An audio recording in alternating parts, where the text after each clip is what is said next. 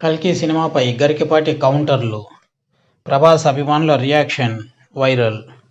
Tollywood hero Prabhas హీరోగా నటించిన తాజా చిత్రం కల్కి.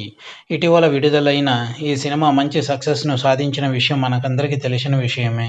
మహాభారతం బ్యాక్ డ్రాప్లో ఈ సినిమాను తెరకెక్కించారు మూవీ మేకర్స్.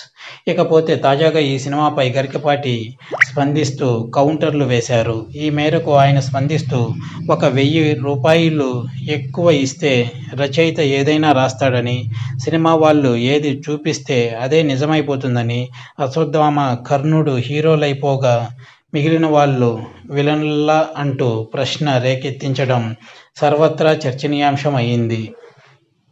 అయితే హీరోలు సినిమాల మీద ఆయన విమర్శలు చేయడం కొత్తేమీ కాదు. కానీ ఒక ధార్మిక ప్రవచనంలో కల్కి గురించి ప్రస్తావించడం ఫ్యాన్స్ మధ్య చర్చకు దారి తీసింది.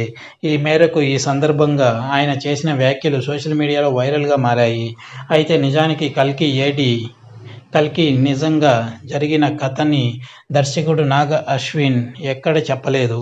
భారతాన్ని తీసుకొని కాల్పనికత జోడించడం ఎప్పటి నుంచో ఉంది. అలనాటి మేటి క్లాసిక్ మాయాబజార్లో చూపించిన కొన్ని ఘటనలు ఇతిహాసంలో లేవు.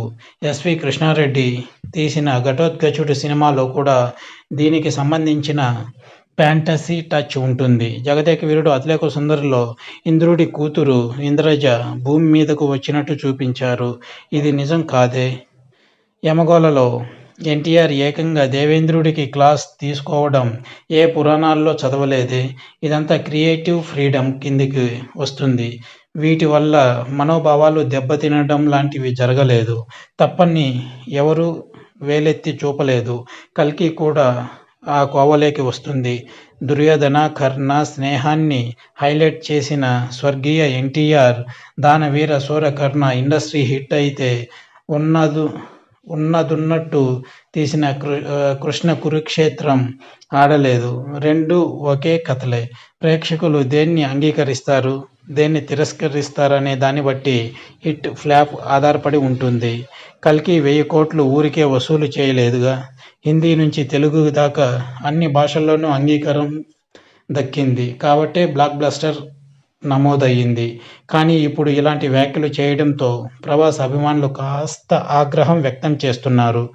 ఇది వ్యూవర్స్.